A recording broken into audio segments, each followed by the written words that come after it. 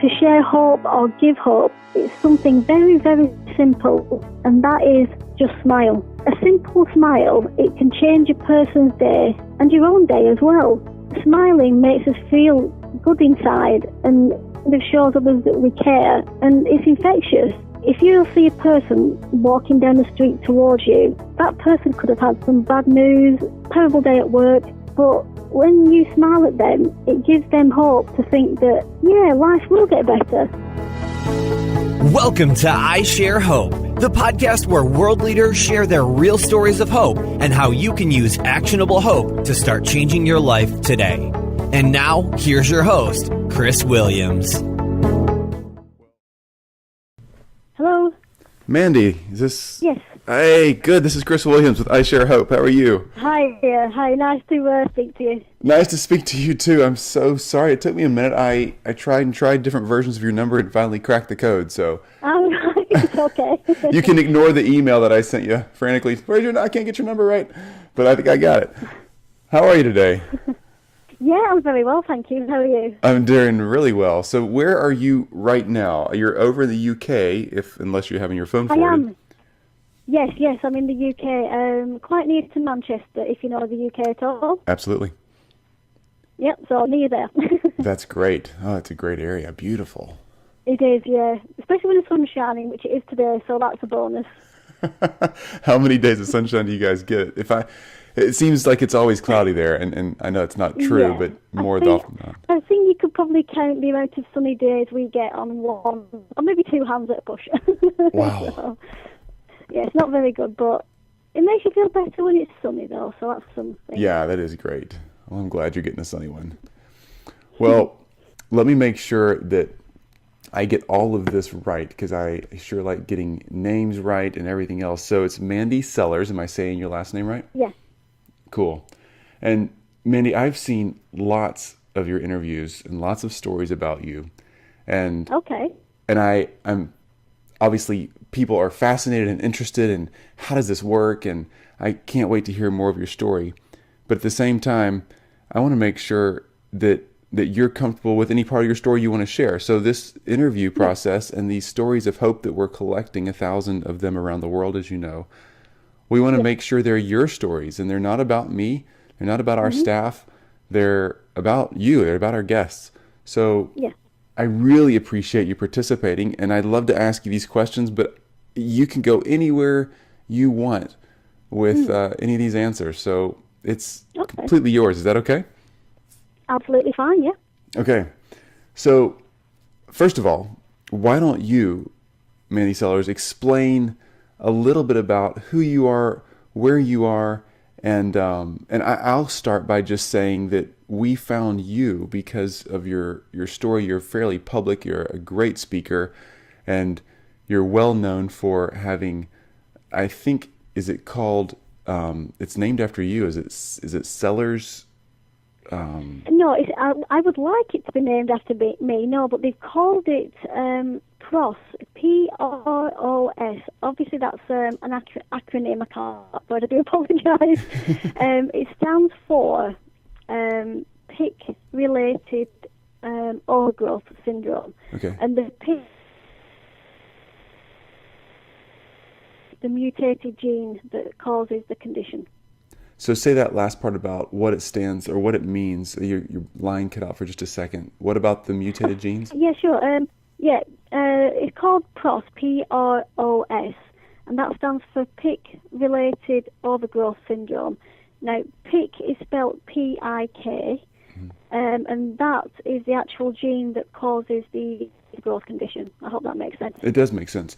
So the condition allows a certain part of a person's body to grow at a more rapid pace or enlarge in a way that is not consistent with the general population. Is that? Yeah, basically putting it in layman's terms, we all have the PIC3CA gene, and that's a growth gene. Mm-hmm. And usually in the average person, that gene will be shut off at some point during the process when you start growing. But for me and other people with this condition, the gene didn't switch off. So the areas that were affected, like for me, it's from my waist down, my legs and my feet. that area didn't stop growing simply because that gene has been constantly switched on since I was born. Wow. So we'll have on isharehope.com, we'll have an interview page set up just for this interview. We do for each of our guests. And we'll have links to your website where people can go learn more about you. So since this is a listening audience, your legs and feet, so waist down for you, continued to grow. And are you still growing? Luckily not. I'll try and make this kind of the short version. Up until 2012, my legs and feet have continued to grow rapidly. It's very hard for me to kind of say how rapidly, but I guess looking at myself compared to the average woman at the same age, my legs would have been maybe 3, 4, if not 5 times bigger than that person. 2012, I actually met some amazing doctors in Cambridge in the UK who really took an interest in me, because before then no doctor took an interest. They didn't really know what to do, where to start, but these guys in Cambridge did. They did DNA sequencing on my genes, and I think it took them maybe a year or so, and they finally found the PIK3CA gene mutation that caused my condition. And I just never ever thought in my wildest dreams that anybody would find what it is, so to me that was like a life-changing moment. I could finally kind of say to people when they say, well, what is it that you've got? I can say, well, it's a mutation in the PIK3CA gene, which to somebody else means something. But to me, I embraced that, and I was that excited, I suppose. I was that excited when I found out the news. I had a tattoo on my arm that says PIK3CA, so that was kind of like a stamp in a sense to say this is me and this is who I am. Yeah, I was going to ask you about the tattoos, because the first picture I ever saw of you, I actually zoomed on the picture without knowing about the legs. I zoomed on the picture because you have a tattoo on it looks like the inside of your right bicep. That's right, yes. Okay, and I couldn't figure it out, so I was zooming in, and I was like, what is that? And so I started reading about you, trying to figure out, what is the tattoo? And then I was like, oh, I get it. So I love tattoos, and I think it's just super cool that you have one, a couple of them. There's actually some on your left arm too, correct? Yes. So what are the ones on your left arm? On the top of my left arm, it's two like the women's symbols, or the woman symbol, whatever you want to call it, interconnected. Just kind of like a sense of strength, being a woman, that type of thing. The one lower down is a tribute to my grandma who died. And she always liked the colour blue, and she always liked this particular flower, freesia, I think it was. So I got the flower tattooed in the colour blue with the name Nan. Beautiful. By the stem. So yes, that's in the memory of my Nan. Beautiful. Oh, I love that. I love that. I'm trying to figure out a couple of designs that I'm working on for me, but it's so hard to decide. So, all right. So let me do this, Mandy Sellars. Let me ask you these 5 questions. Okay. As again, this is your story. Obviously, we found out about you because you are bringing hope and light, and I want to say purpose. I want to use that word. You're bringing purpose to an area of life.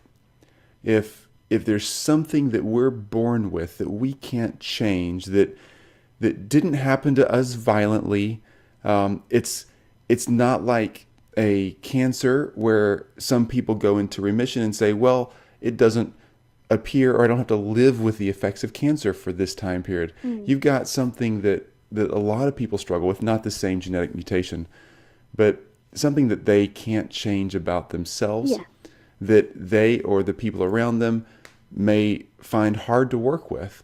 And I think from a hope standpoint, if it's depression, or if it's PTSD from someone who's been through something very traumatic in war or something else, or if it's the loss of a relationship that is permanent and will never come back, a lot of those things are very lasting, and we feel like this is going to be with me forever. how am I gonna live with this? Because it's gonna be part of life now. And Yeah. you're unraveling the code to how to do that in a way that not many people I see are actually doing. So that's why we're calling you. Oh, thank you. Yeah, no, thank you. Thank you. All right, so question one. Yeah. We ask all these people, how or what is your definition of hope? What's your favorite quote about hope or your belief about hope? Yeah, I found a quote, I think it was many years ago on the internet now, by someone called Zayad K. Abdelner, if I've said that correctly. And the quote was, "Life is like photography. You use the negatives to develop." Now, that just struck a chord with me, and it just made me kind of think and reflect on different parts of my life and things that have been difficult. And I look back at those particular moments now, and I think, yeah, I can understand why I had to go through that, or I understand why maybe that person did what they did. I might not have agreed or liked it at the time. It might have been sad, disappointing, upsetting, but I learned it, and it kind of changed me as a person, and it made me the person I am today. So that's kind of like my favourite quote. If somebody says something like that to me, I would say, yeah, life is like photography. You use the negatives in life to actually develop as a person. That's a great perspective. Wow. That's really cool. That's a really encouraging way to say it, because no matter what we're dealing with, that negative thing can actually be the springboard to developing more. Okay, so who has shared that kind of hope with you? Who's really been a powerful force to bring hope into your life? I think when I actually read that question, who has kind of shared the most hope with me, I found it quite difficult to answer, because for me, I couldn't actually pick one person. I think when I look at people, the people that kind of cope with what others may see as like unbearable circumstances, those type of people that cope when life kicks them down and they just get back up again and they make life beautiful again. Those people that have that inner strength that we all do possess, and inner strength does come at the right time when we all need it the most. I often kind of think that, sorry, let me correct that. We often kind of think that we couldn't cope with certain circumstances in life, yet amazingly, when we're called upon as people, we somehow do find that hope again.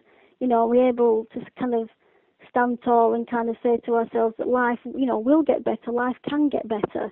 And I think that's the thing for me. I don't just see one person like a celebrity or something like that. It may be just a person next door who's been through a hell of a time, really difficult time in life, but they've pulled themselves back from the brink. They've always had that hope in life that it get better, and it has got better. So those are the type of people that I look up to or focus on. Me too. Me too. In fact, that's why we've started this project. It was more for me to come through some really hard and difficult times, a lot of depression, and this project was me attempting to hang out with people who had more hope, so I could learn how it works and watch other people do it. Awesome. All right, question 3. Okay. Take us back to a time, kind of paint a picture when you were at the bottom of this cycle of being hopeful and not hopeful and hopeful and not hopeful. When was that, and what was it like, and how did you start to recover? How did you start pulling out when it seemed too dark? Oh, okay. I'll give it a go. I mean, any questions you want to ask about this part, then that's fine. I guess the moment in life that really sticks out for me is I had my leg amputated due to a life-threatening infection. I kind of remember that time and remember coming round from the anaesthetic, and it just made me realise, that I'd been given a second chance at life, because I was absolutely convinced that I was going to die on the operating table just because I was so ill before the operation. So I'd been given that second chance, and this gave me hope, because I knew that, I could kind of start my life again. I mean, obviously the road to recovery definitely wasn't easy. You know, there was physical pain, there was a lengthy stay in hospital, and there was also the psychological and emotional pain of the grief you kind of feel, anybody feels when they lose part of their body. I mean, for myself, even though that part didn't work very well, and it did make life probably extremely difficult before the amputation, it was still a loss. And knowing that I'd kind of been given that second chance, it gave me hope that, you know, life could be good again. And there was what I kind of say or call a light at the end of the tunnel.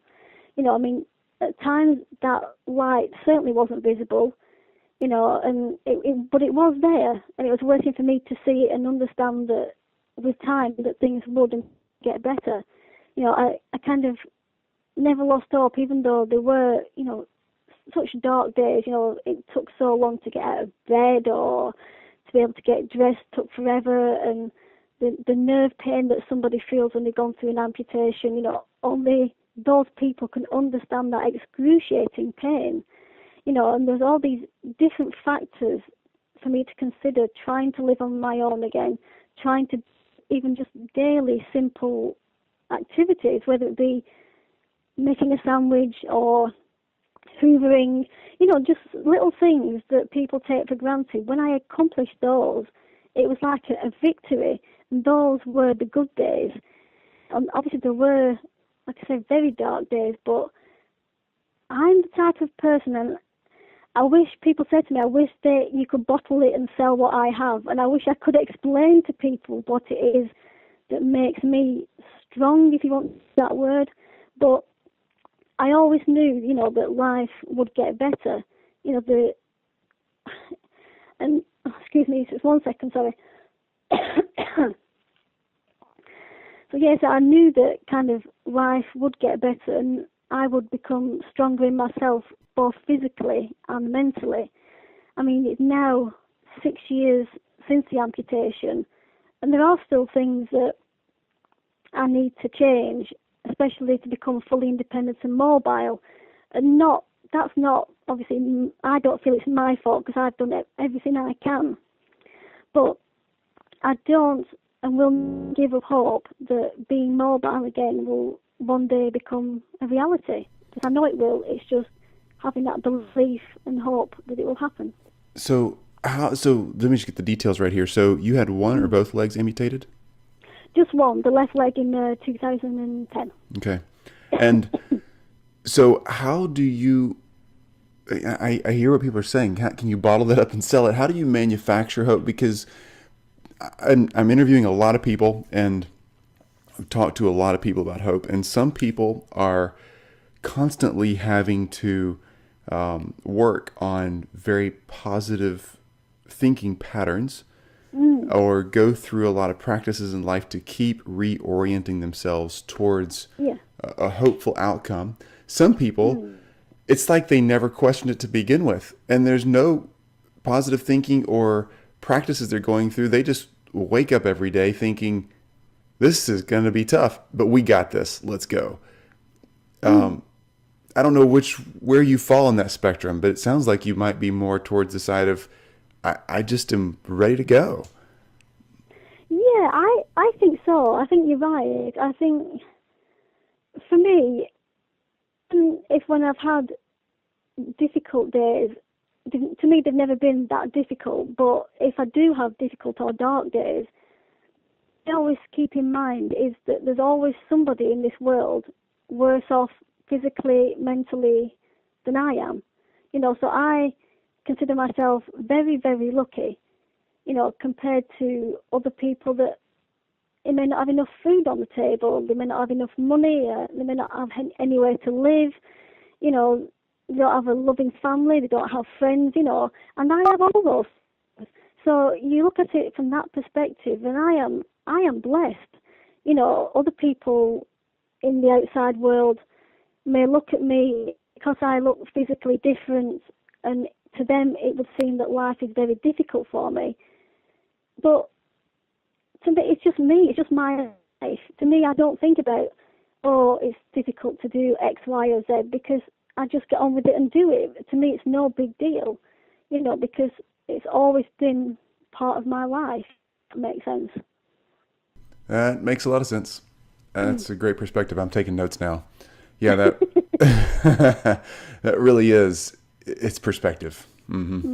Yeah. Okay, question 4. So what are you doing today to share hope with other people? I know you're doing an enormous amount with your own cause. You have so much going on out there, but explain a little more of what you're doing as a celebrity in some ways, championing a cause for people, or as a regular person who's got next door neighbors and you just go get a cup of coffee in the morning. What are you doing to share hope? I would say, maybe as crazy as this sounds, I think the way I share hope is through emails with people. And these are people who have contacted me, whether they've seen a program or seen my website or somebody's told them about me. And these people, either themselves or it could be a child or a parent, and they have an undiagnosed overgrowth condition. Through the experiences that I've had, I can put them in touch with my amazing doctors in Cambridge, and they can hopefully get a medical diagnosis and hopefully treatment. But it's not just that practical hope that I offer.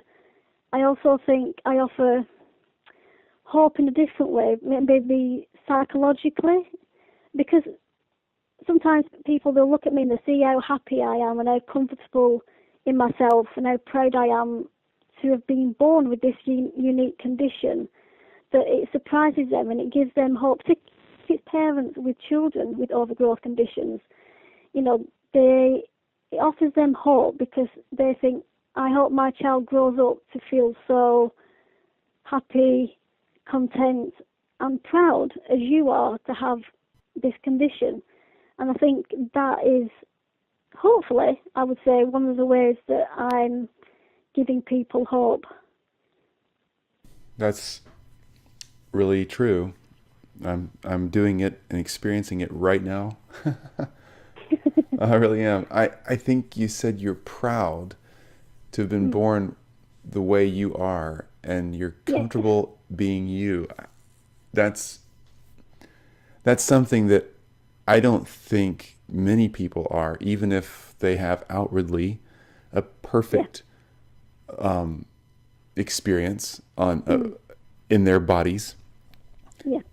People still aren't proud of who they are, and they're not comfortable with themselves. We've talked to a strong collection of people with genetic issues from birth, and there's a really strong pattern in the people we've talked to who are, I think, way more comfortable in their own skin, and yet the average person looks at them and says, how do you deal with that? But you're better at it than the rest of us who supposedly don't have a quote unquote disability, or at least not one that anybody can see, so we can hide it well, Yeah, sure. I think it's a serious difference in our mental direction, our choice in how we're thinking, or our perspective. Maybe it's perspective. Maybe I'm trying to unravel it as we're talking here. I wonder if for people who think, oh, I might be able to blend in and look just right, I wonder if that plays with our brains and actually makes us think that a little difference is actually going to make us, a more special person. And it's not. Yeah. We are special now, Yeah, exactly. I think there's just too much emphasis in this world, I believe, from the media particularly, of women and men looking a certain way, and that if you don't look that certain way, then you're not deemed as the perfect human being, or you're not going to become rich or famous or things like that. But it's taken me, I'm 41 now, it's taken me probably maybe 39 years to become comfortable in my own body and to be proud of who I am and what I was born with. And I think it's just so important for anybody just to embrace who they are and what they look like, because there's only one of you. There'll never be another you. Even if people look like the average person walking down the street, you're still unique. You're still you. And nobody can ever take that away from you. And I just think, you have to be proud of who you are. You have to be happy within yourself, because nobody else is going to do that for you, and nobody else can do that for you. I remember a couple of weeks ago talking to someone, a friend on Facebook, and she's recently had her leg amputated. And we were talking about how she sees herself and how worried she is in the summer of wearing shorts because of how people may react to her. And I remember saying to her, I can understand fully where you're coming from there, because you can walk down the street and you can get 9 amazing compliments from people, but then you get that one person that will turn around and say something nasty or rude, and that is the thing that will stay with you. That in the past was what I would focus on, not the 9 people who said something lovely, but the one person who said something nasty. And it's getting your mindset off that and realizing what that person said is no reflection on me, it's a reflection on them as a person. They've obviously got something going on in their life, whatever it may be, that they have to deal with. They're taking their insecurities, their anger, whatever it is, out on someone they've just passed in the street. So I've kind of, over the years, come to the conclusion or the thought process of, yes, someone may stare, someone may point and laugh at me, someone may even say something nasty, but I always try to remember that's their issue, that's their problem, it's not me.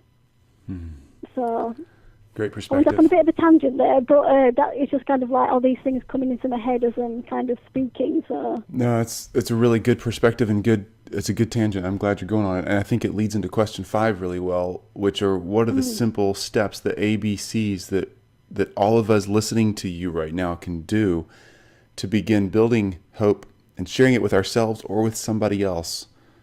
What would we do next? Sorry. No, you're good. I was just going to say what we're going to, when we turn off this podcast and put the headphones down, literally what do we do next?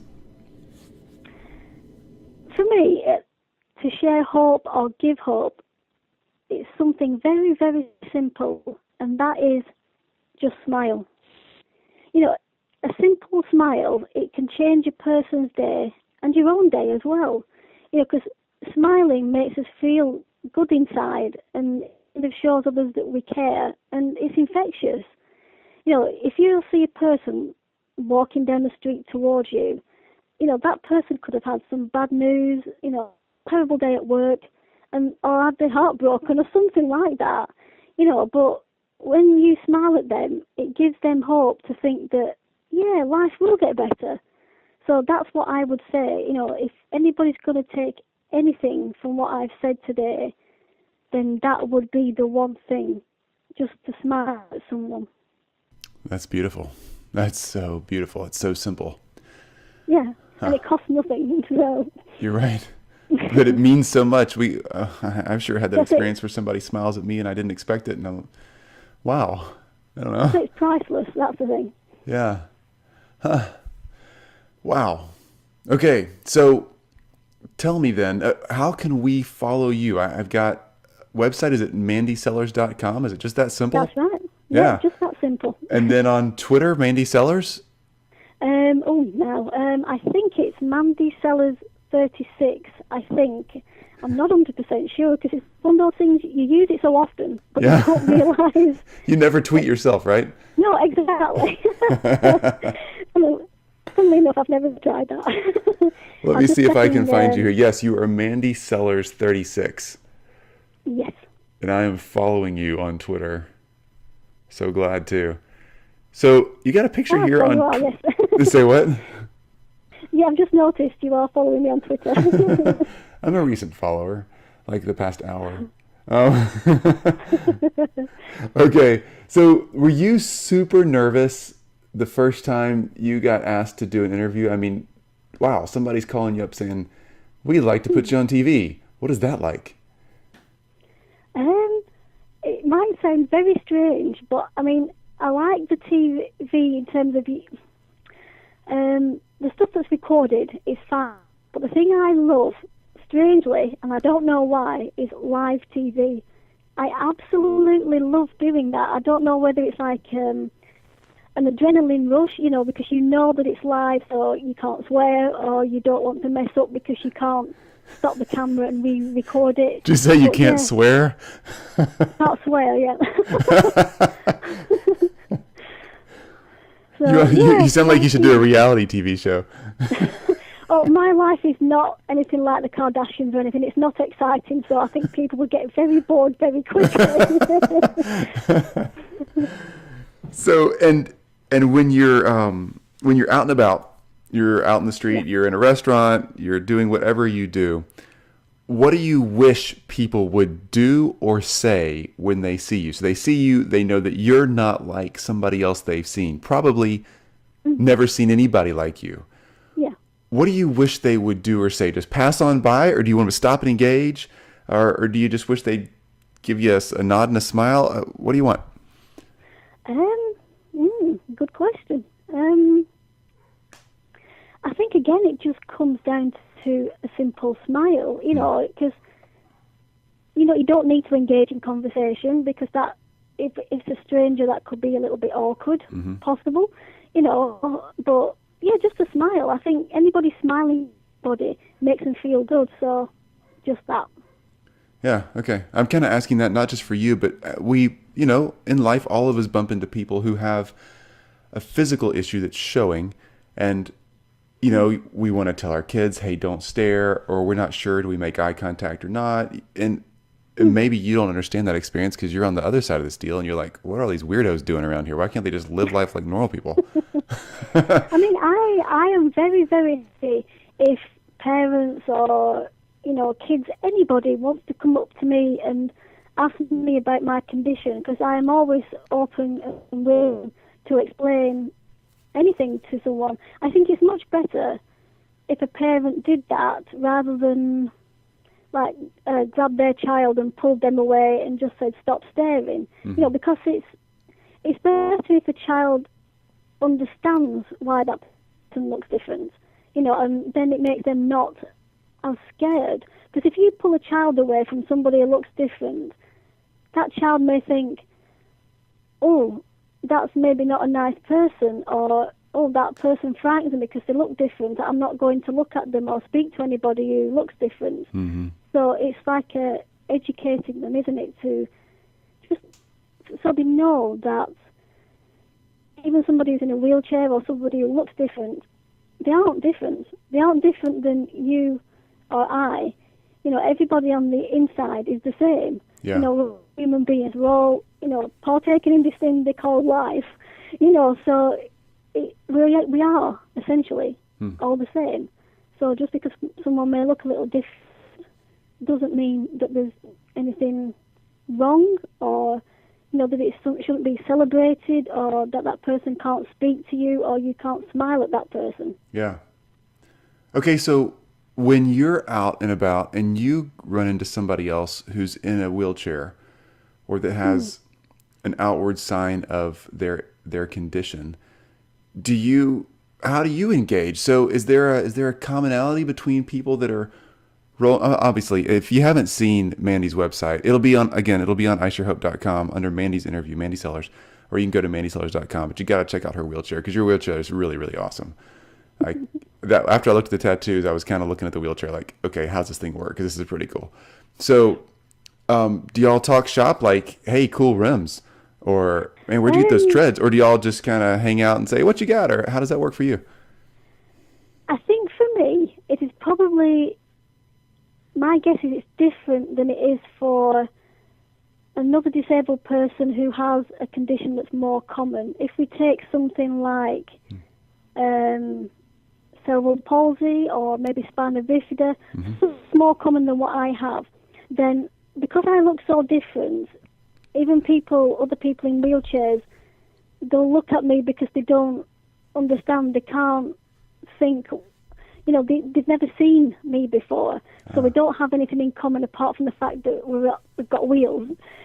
So I don't really engage with other disabled people as such. I'm quite happy to, not at all, and I always will smile at somebody in a wheelchair if we pass each other, but there's not that commonality in the sense because I look so different than someone who's got a more common condition or disability, if that makes sense to you. Fascinating. It makes sense, and I would have never expected you to say that, but that does make sense. Yeah. Huh. Okay. What else does somebody, this is my last question. Sorry, I have so many random questions. This wasn't part of the 5 questions. I know I'm tricking you now. How many questions this guy got? I just really, really like, I have 5 kids, and I really like getting my kids around people that aren't like us, whether that's race, religion, orientation in whatever area of life, where they live on the globe, whatever it is. I like my kids having a really broad experience of humanity, because that is humanity, right? We're only awesome because we're so different, and that's what makes it fun. If we were all the same, I think it'd be a really boring place. So is there anything else that just pops in your head that you say, Chris, raising 5 kids, they're from ages 8 to 15, this is what your kids need to know about people that don't look like the norm or don't experience life like most people do? So I'm giving you a chance to help raise my 5 kids, but I want them to know here's how to live life fully. And what would you tell them? I would probably say that every person on this earth has a unique story and a unique life to them. But somebody who looks different or acts differently, they've got a little bit extra. They've got an extra special part of their story that maybe nobody else has ever heard. And speak to that person, get to know them, and understand how, their life is similar to yours or even the same as yours, but also how different it is as well, but in a good way. Those differences are good, and those differences are there to be celebrated and to be proud of. I don't know if I answered your question, but that's the thing that popped into my head. That does answer my question. Yeah. It's been my experience too, talking to people as awesome as you, that it's the differences and the little things in our lives that make us not like somebody else, that actually give us depth and a richness that's worth discovering. I'm glad you said that. That's a good way to remember it too. Wow. Mandy Sellars. I think you might have got cut off. Might have got what? I thought it cut off. I couldn't hear. Oh, I was just saying it's the small things or the big things, but it's the things that make us different. And when I'm talking to people like you who have something that has forced them to deal with the differences for their whole life, I find a depth and a richness in who you are that blows me away and makes me a little bit envious that you have something I don't have. And just getting to hang out with you for a little while hopefully helps me gain some of that, but it gives me a path to find more of it too, because I may not have an issue with my legs, or I just happen to look like a lot of other people. But I want the depth and the richness that you have, and the experience you've gotten in your issue has really benefited you in a way that I don't get to experience. And I'm glad to get to learn from you for a few minutes. I really am. Oh, thank you. Thank you. All right. So here we are, Mandy Sellars. You can find her at mandysellars.com or on Twitter at mandysellars36. Were you 36 when you opened your Twitter account? Is that what that's all about? Yes, it is. I know that's very sad, I know, but yes, that's the only thing I could think of to differently from people. That's great. I love it. I love that. Most people get so annoyed the numbers get so long now because there's, billions of people on there. Having just number 36 is pretty good because I guess you were the 36th Mandy on there anyway. At least there wasn't somebody already taking it. So, okay. Well, we're going to put all of this and links to Mandy's site again on I Share Hope. I know a lot of people are listening to this right now and they're out for a run or at the store or whatever. But when you lock back down at home, you can hit the links on the podcast and get you back to our website, which will point you back to Mandy's stuff.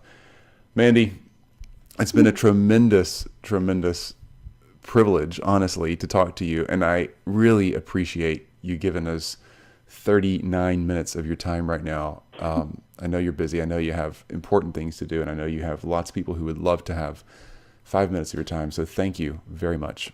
You're very welcome. Not a problem. Enjoy the rest of your evening. And you too. Okay. Bye-bye. Bye-bye. You've just listened to I Share Hope. If you're ready to make a change, head to our website at isharehope.com and claim your free copy of the Top 10 Actions of Hope from World Leaders to use hope in your own life. Thanks for listening, and we'll talk to you next time.